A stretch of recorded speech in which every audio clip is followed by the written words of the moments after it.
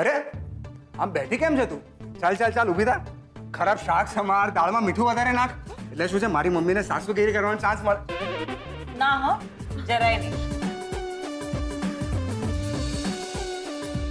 અને આમે એ મારી દીકરી છે, બહુ નહીં. ઓહો, ને બે જીવી છે, એટલે તારે એને જરાય હેરાન કરવાની નથી. હા એની માવજત કરવાની છે, સમજો? હા હા. સેજલ,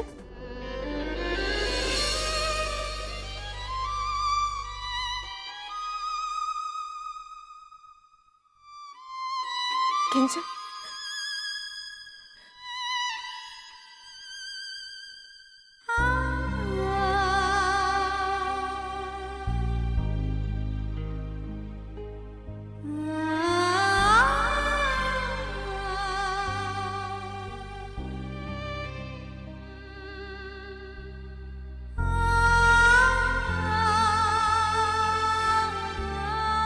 નહીં, કેમ છે તું?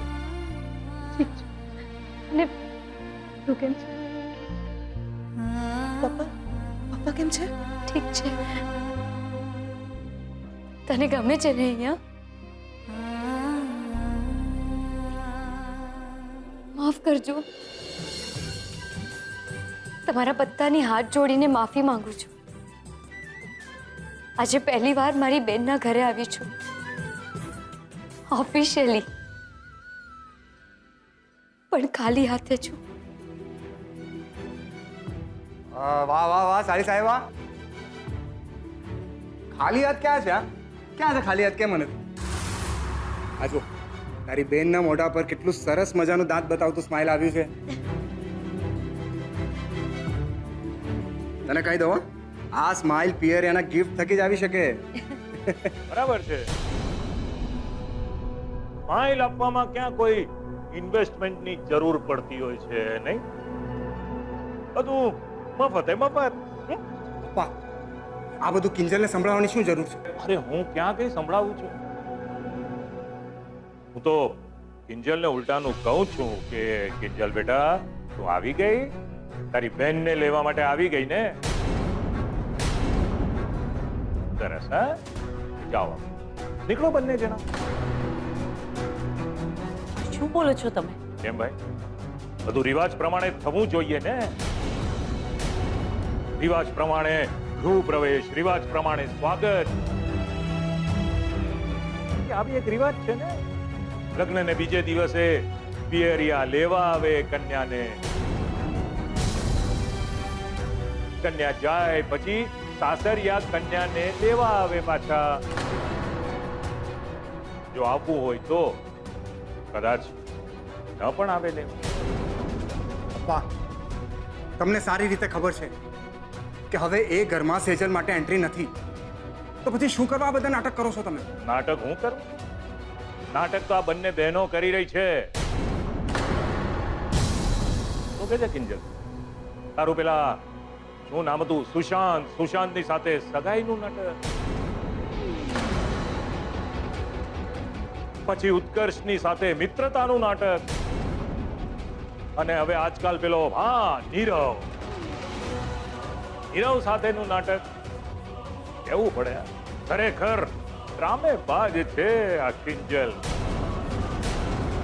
પપ્પાજી પ્લીઝ, તમારે જે કંઈ પણ કહેવું હોય મને કહી શકો છો. મારી બેનને આમાં ઘસેડવાની કોઈ જરૂર નથી. રાઈટ?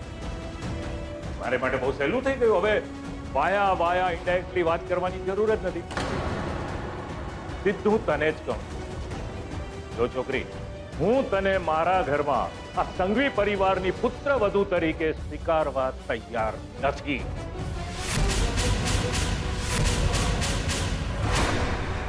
અને બીજી એક વાત, મારા પેટમાં જે બાળક છે ને, એ સંઘવી પરિવારનું છે, એ વાત માનવા પણ હું તૈયાર નથી.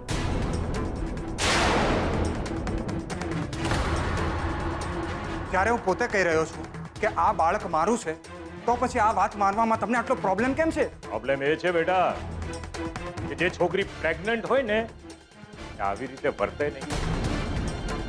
એ જોયું નહીં? પોતાની બહેનને મળવા કઈ રીતની દોડીને ગઈ, એ જોયું નહીં તે? મૂરખ બનાવે છે. આ બંને બહેનો મળીને તને મૂરખ બનાવે છે. એક વાત માન, જેટલું બને એટલું જલ્દી આ સેજલથી તું છુટકારો મેળવીશ ને કેટલી તારી નુકસાની ઓછી થશે. રૂપેશ, પપ્પાજી સાચું કહી રહ્યા છે. અરે મને છોડી દેવી જોઈએ. સેજલ, તું આ શું બોલી રહી છે? તું અહીંયા આ ઘરમાં નહીં રહે તો ક્યાં રહીશ? માસુક અંકલ, હું તમારી સામે હાથ જોડું છું. પ્લીઝ તમે આવું બધું ના બોલો. મારી બેનને સ્વીકારી લો. એને આ ઘરમાં રહેવાની પરવાનગી આપી દો પ્લીઝ. આપી દો. પરવાનગી આપવા હું તૈયાર છું.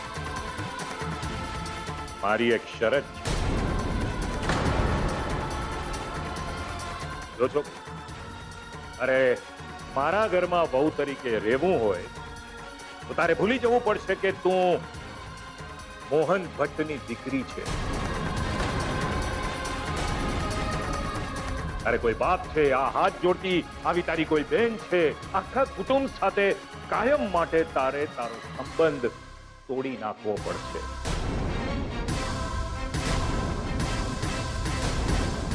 બોલ, મંજૂર છે? માસુક અંકલ, પણ હું સેજલ સાથે વાત કરું છું. બોલો, મંજૂર છે મારી વાત? પાણી મૂકવા તૈયાર છે આ વાત પર? તો તને આ ઘરનું પાણી પીવાની હું મંજૂરી આપી શકું એમ છું. મંજૂર છે. આજથી ભૂલી ગઈ કે હું કોઈ ભટ્ટ પરિવારમાં જન્મી હતી. ભૂલી ગઈ કે મારી કોઈ બહેનો પણ છે. ભૂલી ગઈ કે આ ધરતી પર મારા કોઈ મા બાપ હયાત છે. આજથી, આ ઘડીથી બસ આ ઘર અને તમે લોકો જ મારી દુનિયા છો. બસ પપ્પાજી, હવે તો મને રહેવા દેશો ને આ ઘરમાં? તો ચાલ મારી સાથે. ચાલ.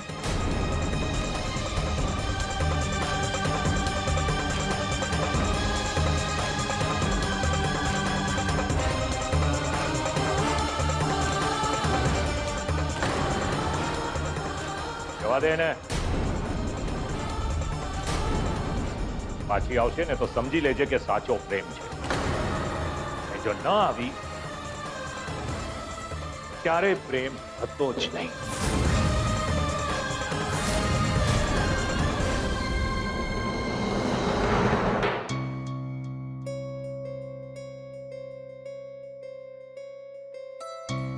સેજલ, તારે માસુક અંકલની શરત સ્વીકારવાની શું જરૂર છે? તો બીજું શું કરતી હું કિંજલ? તું જ મને કહે ને.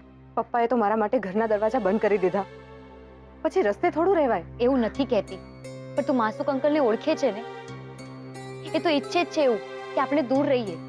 યાદ છે તને જ્યારે એ લોકો આપણા ઘરે આવ્યા હતા તમારા બંનેનું નક્કી કરવા માટે? ત્યારે એમને શું શરત મૂકેલી કે સેજલ અને રૂપેશના લગ્ન થઈ શકશે, પણ સેજલને તમારી સાથે કોઈ સંબંધ નહીં રાખવાનો. એ વાતને હું કેવી રીતે ભૂલી શકું છું કિંજલ? પણ ત્યારે પરિસ્થિતિ અલગ હતી અને અત્યારે મારી પરિસ્થિતિ અલગ છે. હા, હવે તો તું માસુક સંઘવીના ખાનદાનની વહુ બની ગઈ છે ને, અને અમે ચાવાળા લોકો ત્યાં ને ત્યાં જ. કિંજલ, તને એવું લાગે છે કે હું આટલું ફાલતુ વિચારું છું? શરત કબૂલવાનો અર્થ તો એ જ થયો ને.